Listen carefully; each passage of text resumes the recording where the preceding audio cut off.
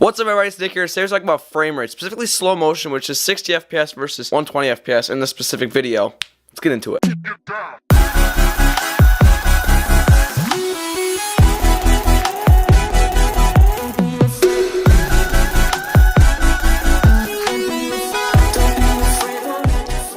So first things first, let's talk about how slow motion works. So the higher frame rate you have, basically, so if I'm shooting at 120 frames per second, that means it can basically, if they actually have to be slow motion, it'll automatically, or you can manually, I think, do it, interpret it to 24 or 30 frames a second.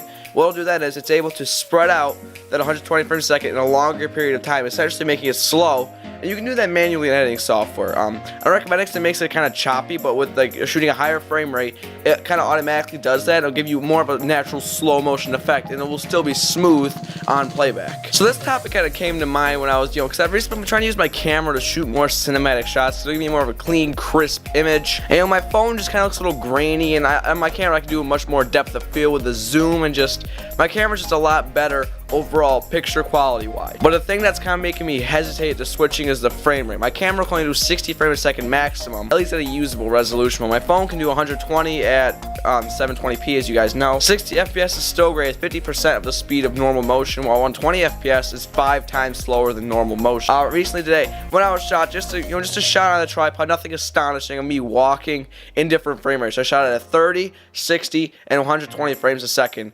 and you can see the difference in these shots. But with 60 FPS, I've been actually really impressed with it. Like, I've been using it more, as I said, and I actually made a whole montage like a month ago dedicated to 60 frames a second B-roll. And I got a couple comments talking about how the footage looked amazing because I used my camera for it rather than my phone. And I was kind of surprised, because if people didn't really like the 60 frames a second B-roll, I feel like you can get some comments about that. I feel like some people would tell me in real life. I didn't really get that much. If anything, I got more positive when using my camera than I do if I use my phone. But that extra frame rate can give off a whole different vibe to your footage. It'll make it even look more cinematic if you're going for that look. Like, you can get really good cinematic footage using 24 frames a second or 30. But most people, including myself, used 120 to do little B-roll cuts in their video just because of how much better it looks, and just, I don't know, just something about it looks absolutely amazing when you film it in that high frame rate. But yeah, one more thing, 50% is not 50% in different editing softwares. Like in ScreenFlow, the 50% is slightly slower than iMovie. Nothing really super noticeable, but it's definitely kind of there.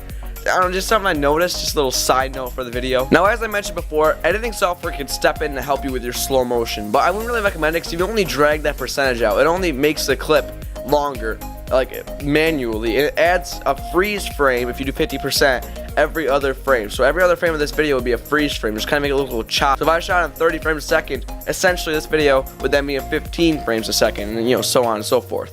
You basically divide by 2, because as I said, as a freeze frame after every single frame. Now, more professional editing softwares like Premiere Pro, Final Cut Pro, they have this thing called optical flow, which basically adds in the computer basically generates a new frame so it's not just a freeze frame. It makes a little fake frame, so it's smooth, but there can be some glitches, but it's gotten better over time. But we can see some weird artifacting around the edges of the object, and you have to do it on a clean background, so you're gonna get a lot of weird render issues.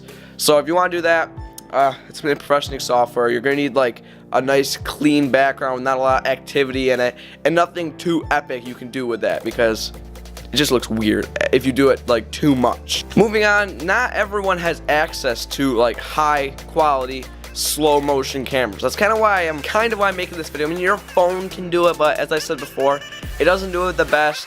But I recommend even your phone, because when you switch to slow motion on your phone, the quality degrades because it has to do a lot more internal processing, which your phone can't really technically handle, but they make it so it can, so the quality doesn't look the best. It's just weird. So if your phone can do 60 frames a second like normal, you can actually put that in your editing software. This is what I do. Put in your editing software, slow it down 50%. It'll still be smooth, and it'll still be 60 frames a second slow motion. Because that's essentially what it does. So if you have something that can interpret 60 frames a second back into 24 or 30 frames a second, which is, as I said, how cameras work, then it'll do that. But basically doing an editing software yourself manually. Because again, as I mentioned before, when you 50% something in an editing software, it adds in a freeze frame. So 60 frames a second, 50% would be 30 frames a second, because you have to add a freeze frame every single frame. And luckily with 60 FPS, there's a lot more frames being captured, so you can do that and still have your footage look pretty smooth. And with cinematic shots, slow motion is completely optional, but if you do it in regular, like 30 or 24 frames a second,